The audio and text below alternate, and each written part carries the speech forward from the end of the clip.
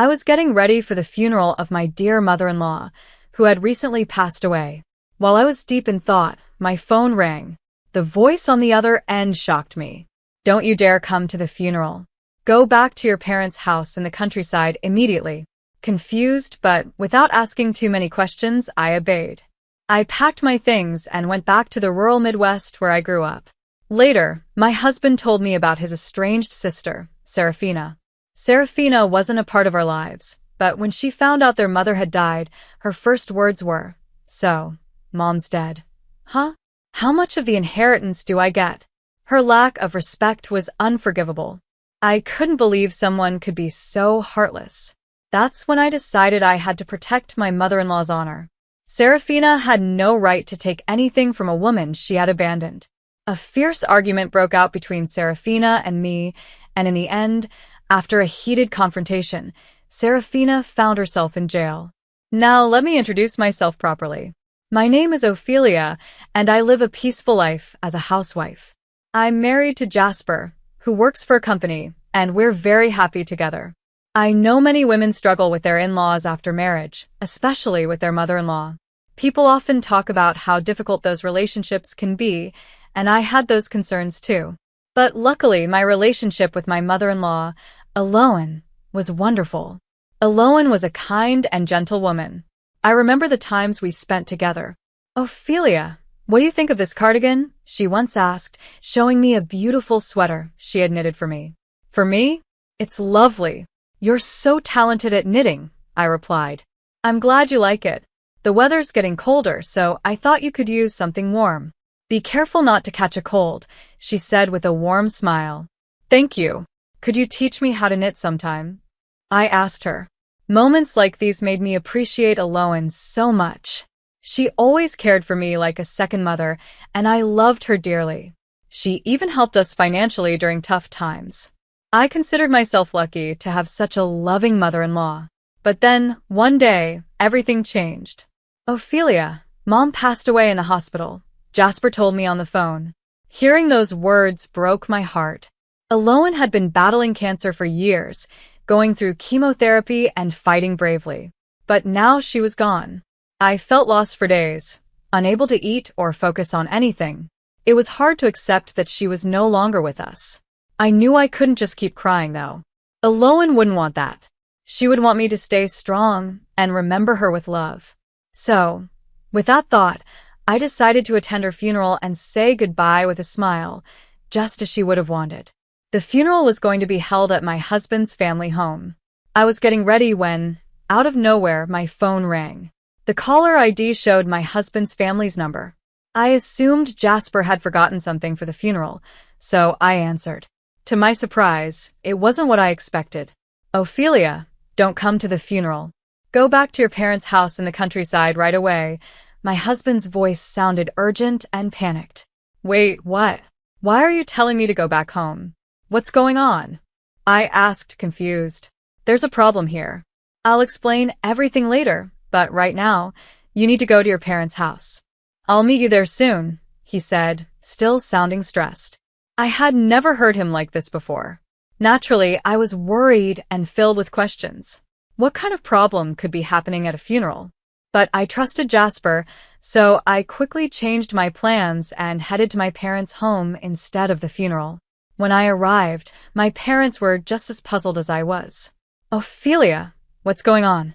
Weren't you supposed to be at the funeral?" they asked as I stepped inside. "I don't know. Jasper said something's wrong and told me to come here." "He's on his way to explain," I said, still confused. We waited for what felt like forever until finally, Jasper arrived.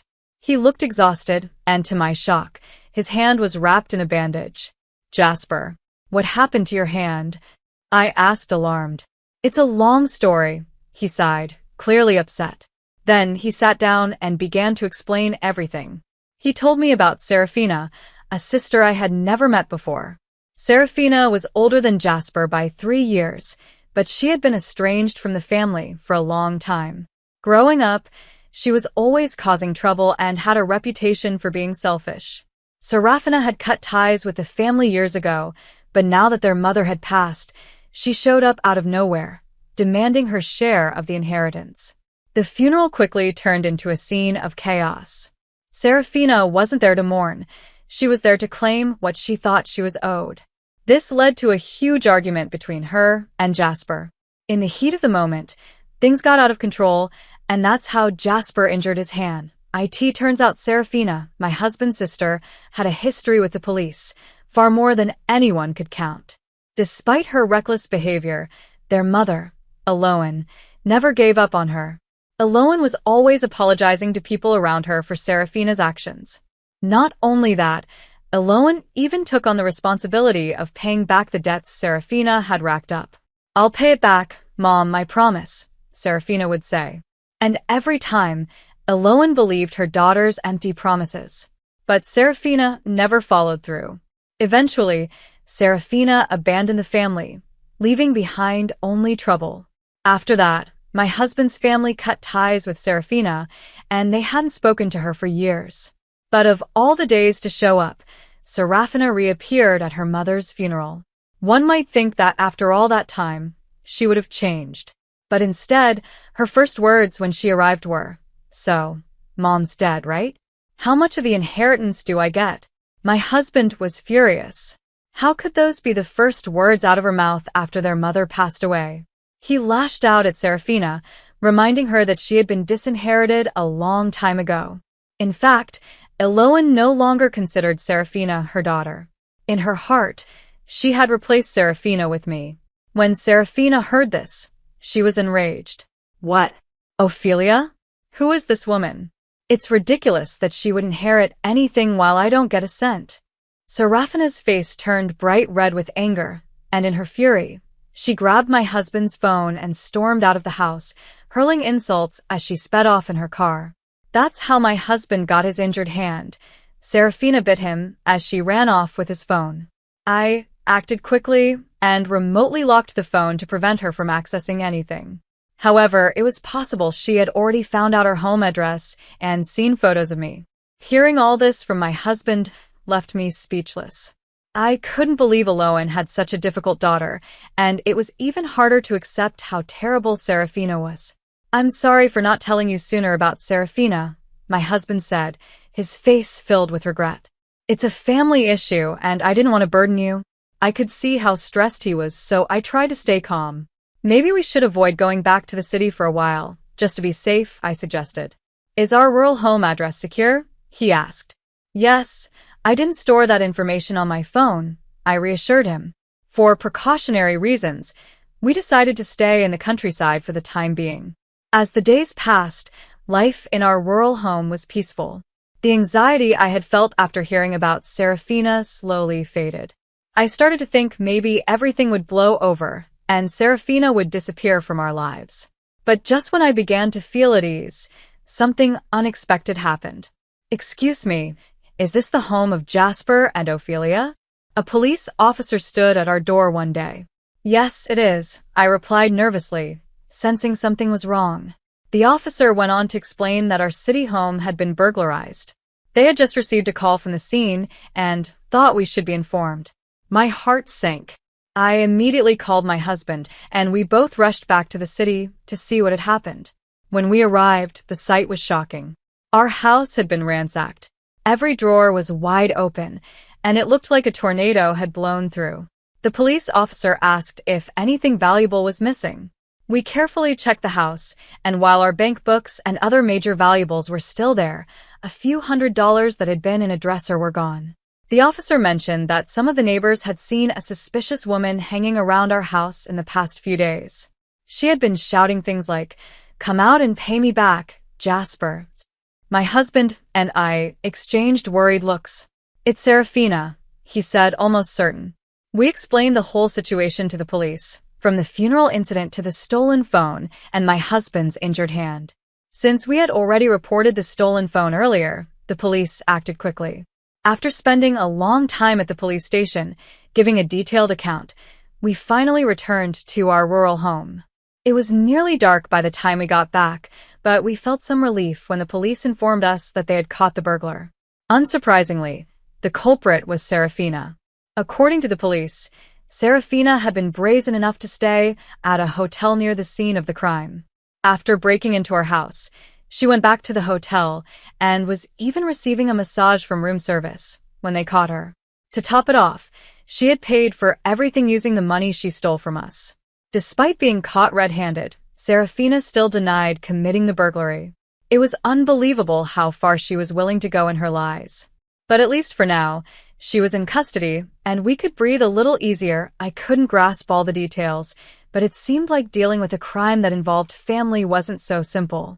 Anyway, we were called back to the police station. Guided by the officer, we entered the room, and there sat Serafina, sulking in her chair. She was clearly annoyed. Suddenly, she blurted out, "Jasper, how could you do this to your own family? It's unbelievable." Serafina didn't show a shred of remorse. It was like she didn't even think she'd done anything wrong. She probably acted the same way during the police interrogation. Serafina claimed she didn't break into the house to steal anything. She said she was only there to discuss the inheritance. But because we were never home, she had no choice but to break the window to get inside. And the money she took, according to her, it was just to pay for her stay nearby. In her mind, it was somehow our fault. Her twisted way of thinking left me speechless. The more I thought about it, the scarier it became. Serafina was clearly dangerous, and the fact that she had so much resentment towards me made me shudder. If I had been home alone when she broke in, who knows what might have happened. Meanwhile, Jasper and Serafina were in a heated argument. "You've got some nerve showing up after all these years and pretending you're still part of this family. Give me back my phone," Jasper demanded. Fine. I'll give it back. You locked it right away, so I couldn't even use it properly. Just like you, always shutting people out," she snapped. "But family is family, right? Mom and I cut ties with you a long time ago," Jasper shot back. "You have no right to anything, including Mom's inheritance." "Oh, that? You're saying Mom was crazy enough to leave her money to a stranger like Ophelia instead of her own daughters?" Serafina spat out, glaring at me. I couldn't hold back any longer. "Stop saying such disgraceful things," I shouted, my voice trembling with anger. I couldn't stand how disrespectful she was being towards Aloan, the woman who had loved and forgiven her over and over again. Serafina turned her gaze to me, her eyes full of disdain. "You're Ophelia, right? The one who stole the inheritance that should have been mine." "I didn't steal anything." I tried to defend myself, but her intense stare froze me. Serafina stepped closer, and I couldn't find the words. She seemed to sense my fear and laughed, as if she had won some twisted victory. The officer who had been quietly observing our exchange finally stepped in. "Let's all calm down," he said. "It seems like there's a lot to talk about, so maybe you should have a family discussion first. We'll discuss the charges later." A family discussion was set up at my in-laws' home. Aloan's relatives gathered around the table in the living room, the tension so thick you could feel it in the air. Serafina was the first to speak. "If you give me my share of the inheritance, I'll let all this slide. You should be grateful to such a generous sister." Her arrogance hadn't changed at all. She kept insisting on getting the inheritance, over and over again. But we had no intention of giving in. "You are disinherited, Serafina," Jasper said. "You're not getting any of Mom's money." "Well, if you don't want to give me the inheritance, then at least give me some money once you get it," she demanded. "There's no way we're doing that," Jasper said, his frustration boiling over. I placed a hand on his arm to calm him down and turned to Serafina. "Did you even read all of Aloan's will? There was a section about you." "I don't care about that. I'm only interested in the part about the inheritance," she replied coldly. "The rest is probably just her complaints about me." "No," I said softly. "She was worried about you." She regretted how things turned out. Well, if she was so worried, she should have left me the money. Serafina snapped. "She didn't leave you the money because she knew it wouldn't help you," I explained. "She knew that giving you money wouldn't change who you've become. I can't let someone as selfish as you have even a cent of Aloan's inheritance." "You have some nerve," Serafina hissed. "You're not even blood related. And yet you're the one who turned your back on your own family," I shot back. For a moment, Serafina was at a loss for words.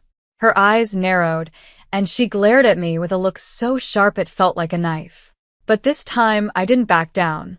"There's nothing more to discuss," I said firmly. "It's time for you to leave." In a flash, Serafina lunged at me, her face twisted with rage. Before she could reach me, Jasper and the other family members held her back. It took only a few minutes for the police to arrive and escort her out. She continued yelling insults, but by the time she was shoved into the patrol car, her spirit had broken. She slumped her shoulders and stopped fighting. Later, I learned that Serafina ended up in prison. Our report to the police had been officially processed, and Serafina was facing the consequences of her actions. It was a sad ending, but it felt like justice had finally been served. Serafina had piled up a large amount of debt from loan sharks, which explained her desperate obsession with getting Alohan's inheritance. She believed it was her only way out.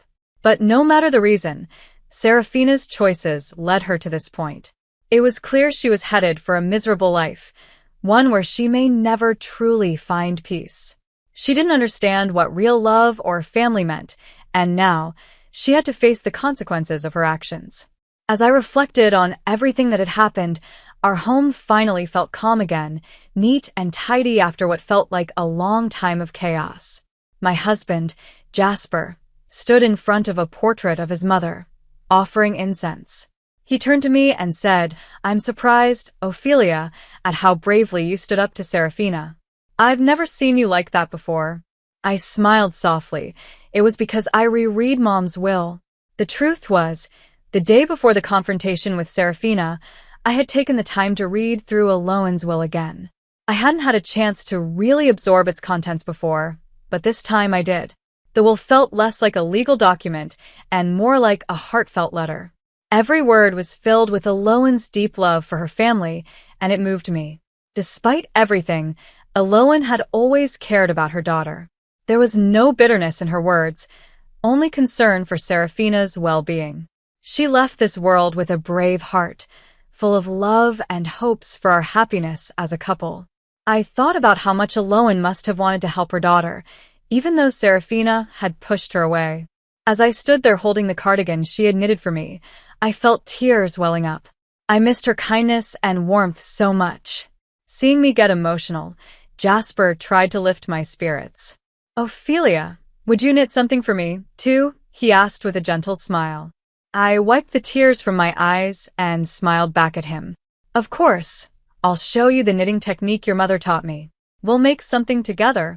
That moment felt like a way to honor Alohan's memory, keeping a part of her alive in our lives. She had given us so much more than just material things. She had given us love, support, and strength. We would make sure to live our lives in a way that would make her proud. From then on, I made a promise to myself. I vowed to live a happy, fulfilling life not only for myself and Jasper, but for Alohan's sake too. She had left us her legacy, her love, and her wisdom, and I wanted to make sure we honored that by living each day to the fullest.